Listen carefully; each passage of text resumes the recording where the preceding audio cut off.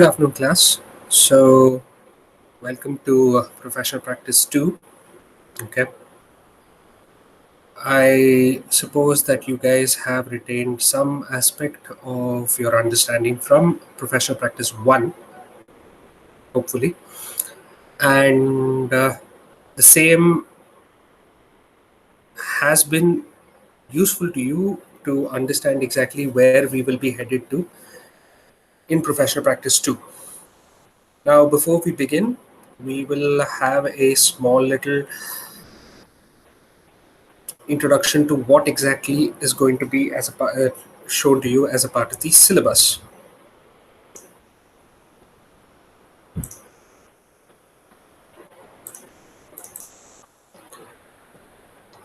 Now, the syllabus states that we will be covering these following topics as a part of your second professional practice. We will be looking at arbitration in Module 1. We will be looking at valuation and dilapidation as Volume 2. We will be looking at the building industry, finance, and types of insurance as a part of Module 3. We will be looking at easements, laws related to property, land tenure, types of land holdings, so on, as a part of Module 4. And Module 5 will be about general law, rules of courts, and overview of recent bills and acts which are relevant to the practice of architecture, namely the Real Estate Regulation and Development Act, RERA, as you know it, the Land Acquisition Act, Rehabilitation and Resettlement Act, and the Consumer Protection Act. In addition to this, there are a couple of other acts which we will be talking about with regards to intellectual property. And as a part of Module 3, we will be looking at the industry as it is practiced elsewhere in the world. Basically, how architecture is practiced in other regions of the world. So, now that we have a basic introduction to what your professional practice is going to be for this semester, let us move on towards the lesson itself.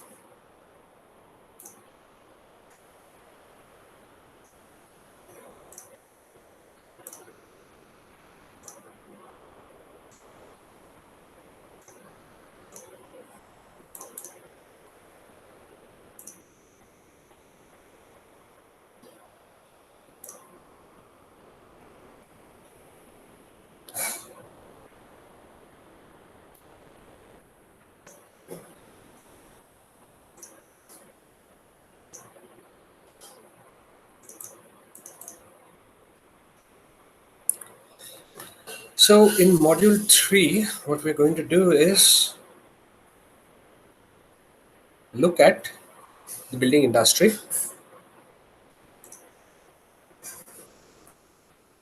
have a general overview of participants, the dimensions of the building industry, finance, statutory controls, construction procedures, enforcement issues related to the building industry, and the role of the architect, the employer, and the contractor here. Now, after that, we will go towards insurance, talk about the types of insurance necessary during a contract, and the importance of fire insurance. Additional topics that we will be looking at are the nature of the profession across the world and giving you an introduction to what RIBA, AIA, and the Canberra Accord are. So moving on to the first lesson, we're talking about the building industry right now. Okay. So what are the important questions that we have to ask as a part of this? We need to know who the participants are. We need to know what their role in the industry is.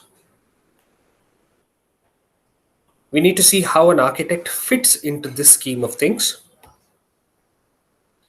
And we try to look at what the future holds for the industry and its participants.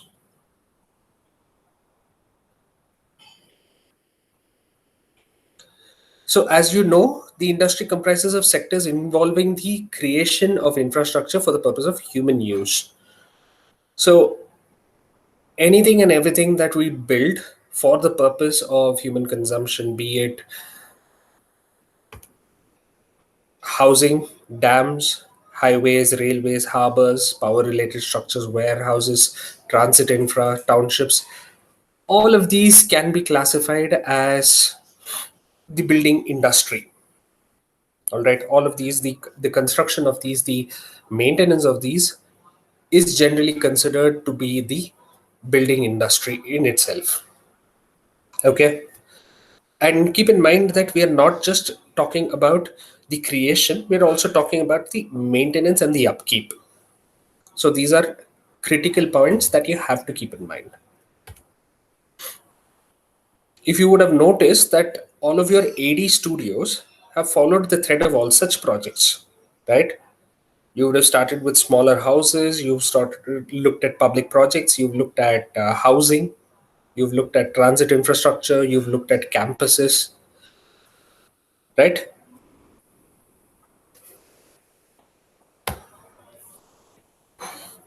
So the general understanding is that there is a lot of investment that has happened as a part in the building industry. So housing and real estate are booming sectors as given by numbers in 2011-2012, growing at nearly 37%.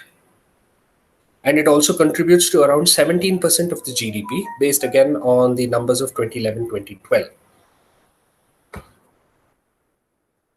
The growth of the industry has also seen a increase in the requirement for skilled, semi-skilled labor in the organized formal and informal sectors, as well as an enormous number of skilled and unskilled labor in the unorganized sectors.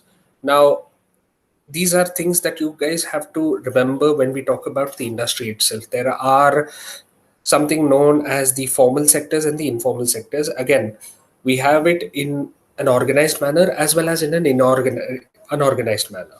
Okay, in the organized formal and informal sectors, we have basically the part of the industry that creates design, that creates innovation, and the informal sector is basically that which brings the innovation to some form of fruition. Okay, then skilled and unskilled labor which is required in the unorganized sectors. Unorganized sectors are basically those parts of the labor industry which cannot be easily documented and can do not come under a particular ambit when it comes to taxation, when it comes to classification of labor, so on and so forth. Yeah.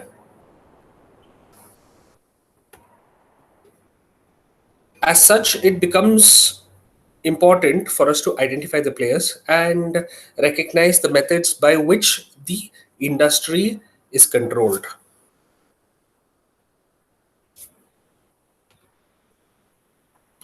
So, in the present scenario, the players that we have are the following: the government, all the ministries which are involved in the creation of infrastructure, the introduction of legislature to control and promote the building industry, and financial guidelines. The industry, which can be classified under the following heads: material manufacture and sourcing. So here we look at those industries which manufacture raw material for raw material and construction goods, prefabricated elements, the sourcing of natural goods like stone, wood, etc. Anything else. Capital services. Capitals, when we talk about capital services here, we talk about machinery and tools, construction equipment, cranes. Here we are looking at all those services which are served on a B2B basis. So there are two parts of services that we look at. We look at B2C, which is basically business to consumer, and we look at B2B, which is business to business. So in as a part of the building industry over here, most of the things that we look at are B2B services. Okay. Financial institutions for the purpose of securing seed capital to take up building exercises.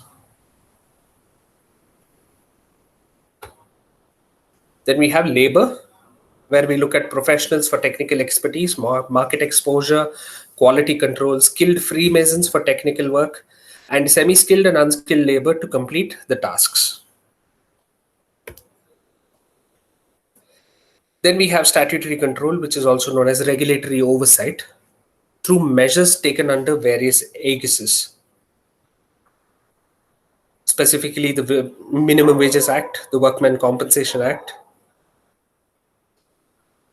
the National Building Code, local bylaws, so on and so forth. These can be considered as our methods in which we ensure that there are no human rights violations, there are no labor violations, there are no violations in terms of building construction, there are no violations in terms of quality control.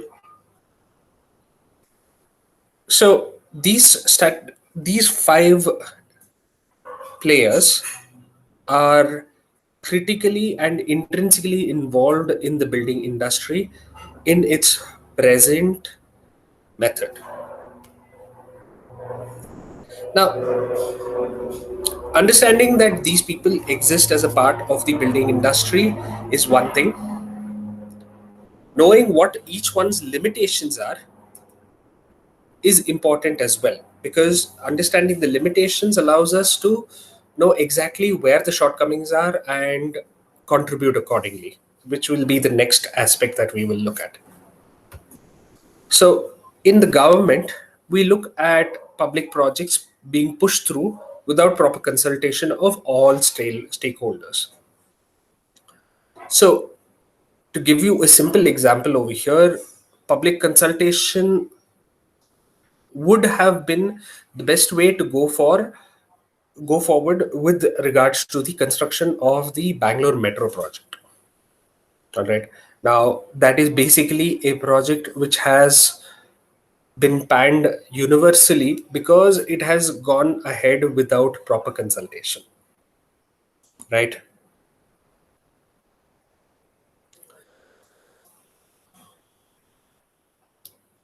In the case of the industry, limited resources leading to black markets, over exploitation of natural reserves.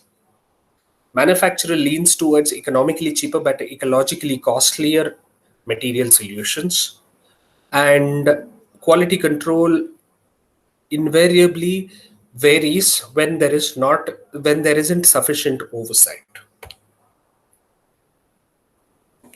Capital services are also very critical over here. In quickening pace of innovation renders older tech redundant, hence requiring repeated investment and regular scrapping of redundant tech.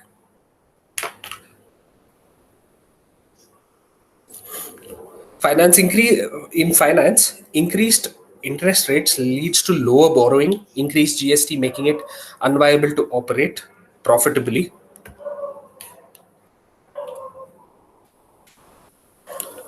In the case of labor, there are depleted labor sources as most people suitable to take up unskilled labor end up in other service industries which require similar unskilled labor. Simplest example for this is not necessarily related to the building industry over here, but again, if we look at it, uh, those people who are absolutely essential for the farming industry, the agricultural industry, are leaving the rural areas and coming towards the urban areas in search for jobs, and invariably ending up in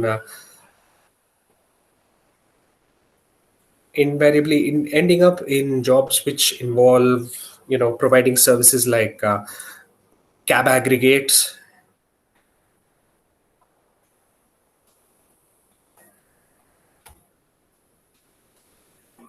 Statutory controls are largely archaic and colonial and have not evolved to suit the changing needs of the modern era. Basically, all the bylaws that we have in place for the purpose of regulation and oversight are largely relics of the colonial era, things which have not evolved sufficiently to suit changes that have occurred beyond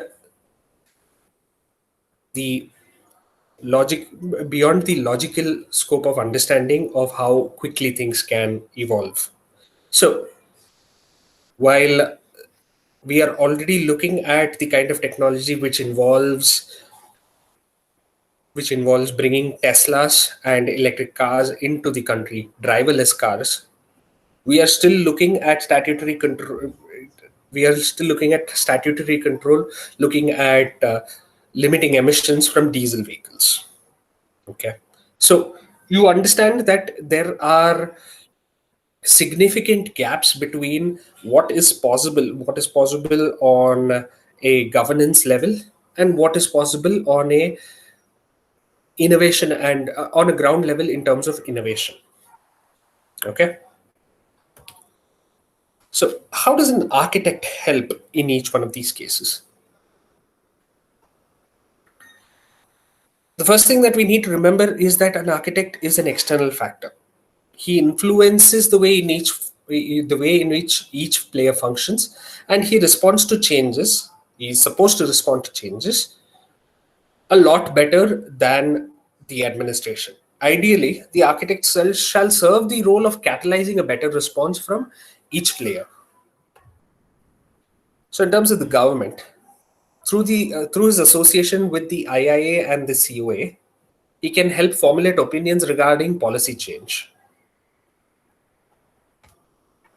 Through association with NGOs, he can bring change to legislation and rules regarding critical government schemes, namely housing and slum redevelopment, disaster mitigation, housing policy. Regular contributions to print and media can bring awareness of government schemes or problems in regional governance. In the industry, being an entrepreneur, the architect can innovate in products and processes and details, patent them, and either ask the industry to manufacture or can take up manufacturing himself. You would have noticed that a lot of architects end up diversifying into allied fields which are design centric. This is basically allowing us to innovate and come up with newer building techniques. Through research, the architect can suggest new products needed to improve building design and efficiency. We can join private or government organizations to contribute design wise to regulate design processes and execution, like like the building council energy related organizations like the IGBC and GRIHA. The architect can adopt and advocate innovative products in design where clean energy, green building ideas are consciously present in design.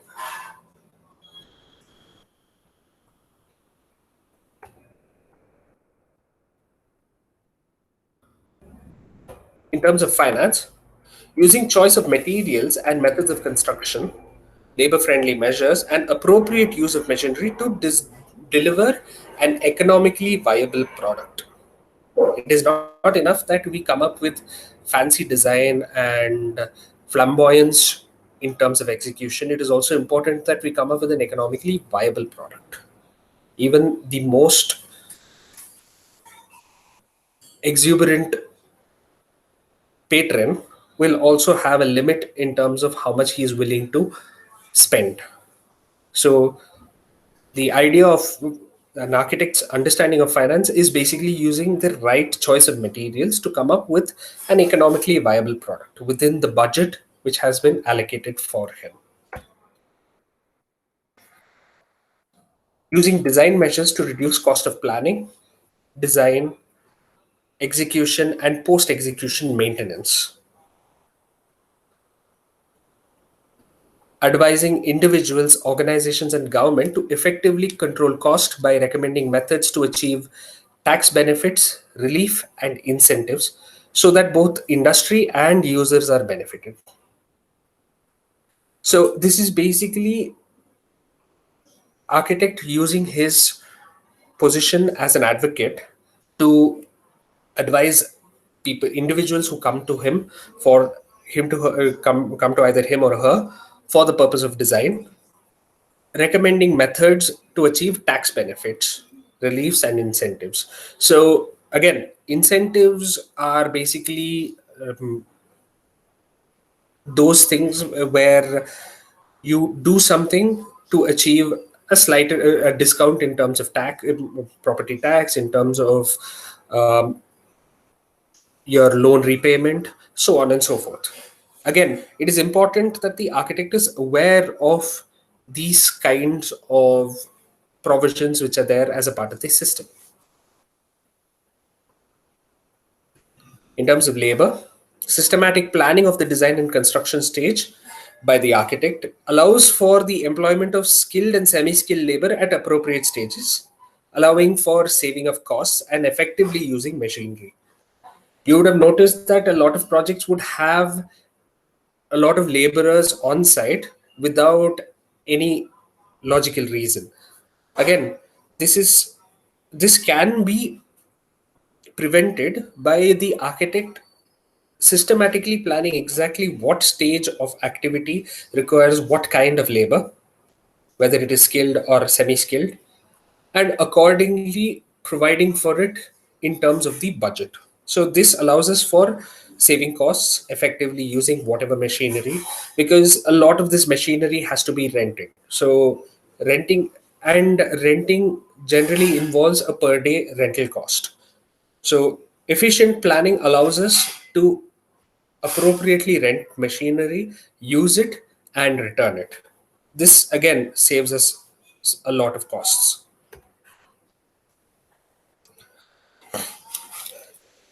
The architect can also use his expertise to train and raise the skills of the laborers, ensuring that they have sustained employment beyond the scope of the project. This happens in the case of, let's say, unskilled laborers.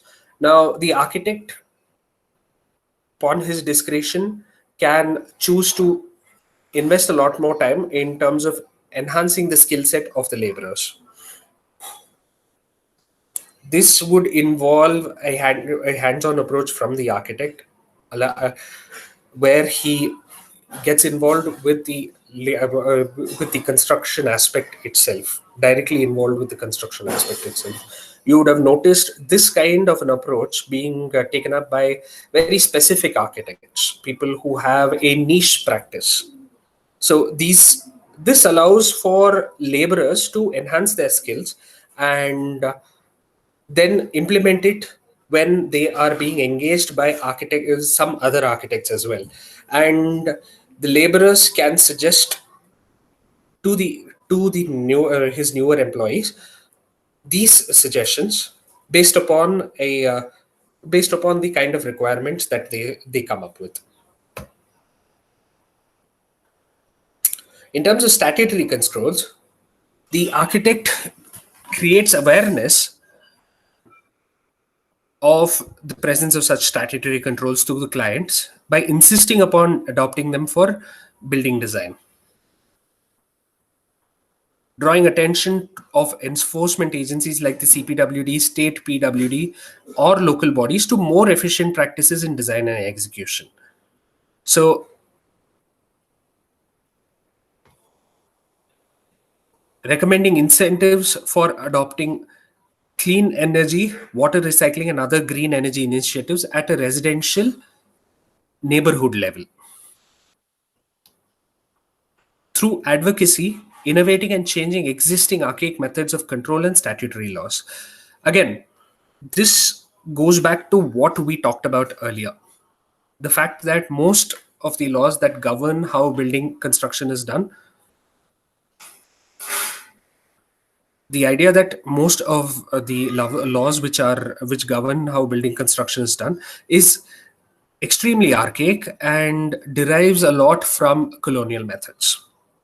So it is necessary for the architect to intervene and bring the necessary kind of attention of the local bodies to more efficient practices in design, so we don't end up with cookie cutter designs like with the economically weaker section housing, EWS housing. Recommending incentives for adopting clean energy. Again, incentives comes either in terms of tax rebates or in terms of more FAR. Incentives are basically these kinds of things which allow you to build more efficiently. Okay. And through advocacy, innovating and changing all of these controls and statutory methods.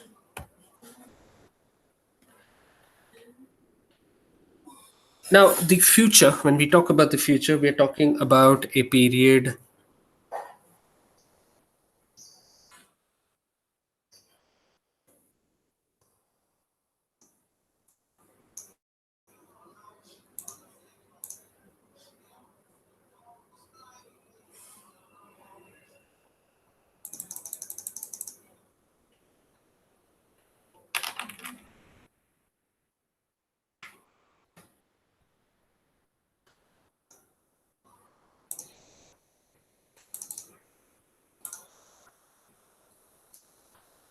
When we talk about the future, we're talking about a future that involves the coronavirus. All right. So, factors which are in play over here are basically one, the coronavirus itself, two, our ability to innovate in and around the pandemic, the effects of the pandemic, and three, how to be more inclusive in the wake of a very debilitating disease. All right. So all of these become very key aspects to how we respond and how the industry responds. Anyway, coming back to the presentation itself, the future for government involvement, it has to provide regular updates to industry status on various activities connected to building and construction. It has to develop human resource skills of different types required for building industry, both in formal and informal sectors. It has to encourage younger people to become entrepreneurs, and it has to provide necessary support for budding entrepreneurs.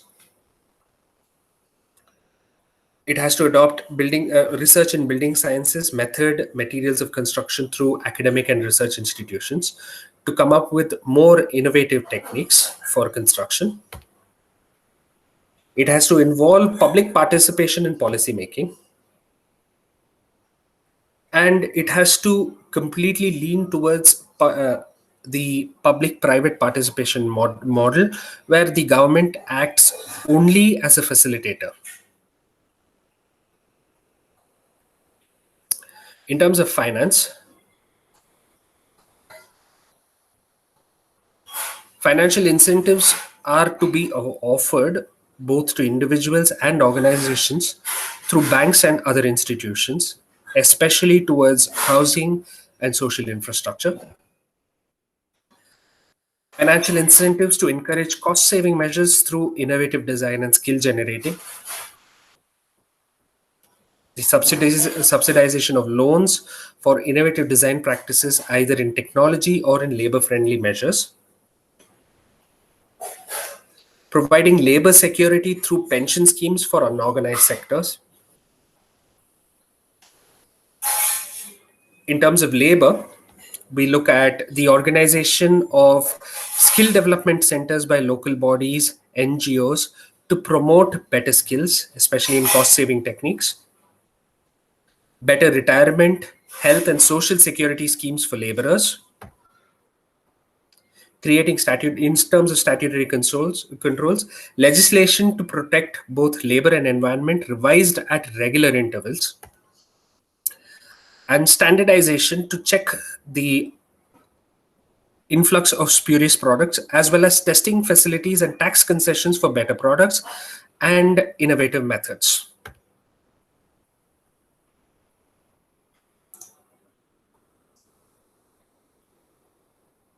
So we have come to the end of this presentation over here. Now,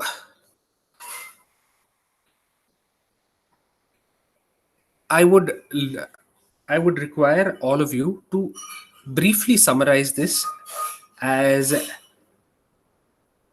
a précis, which is titled as your interpretation of the building industry, and I would like each one of you to identify where exactly you would like to slot in given these 5 players. All right. Now, if you did not understand that, let me repeat myself over here. You guys are going to be graduating from this course with the title of architect. Now, an architect can either choose to remain the person who facilitates design, the person who will simply create a design and then thereafter not be completely involved over here, or an architect can choose to diversify and move into these various other players of the building industry. All right, choose to be more involved in with these other players of the building industry. So I would like you to summarize this lesson and identify which of these players you would like to be associated with. You will specify exactly what you would like to change, what kind of innovation, what you would like to contribute to each one, to whichever player it is. You will focus upon where you will try to innovate, because even in the government, you either can be a person who is empaneled with the government, or you can be somebody who will be involved through an NGO. You can be somebody who, through advocacy planning, gives recommendations to the government with regard to policy changes. You can be empaneled with financial institutions, and you can be the person who gives financial advice to the various stakeholders of a project. You can be a part of a labor. You can be part of a NGO which looks at labor rights. Again, I am laying it out to you in such a manner so that you understand exactly what is the scope of your profession. So you understand that you can diversify and be a lot more than just the simple architect who sits in an office, makes a plan, designs, so on and so forth. Okay. So I would like you to assess the building industry and assess your role as a part of this building industry. That is it for the first lesson. There will be this video which will be uploaded onto YouTube and shared with you, and the voiceover for the presentation will also be uploaded onto the classroom. All right. Thank you for tuning in. See you for the next lesson.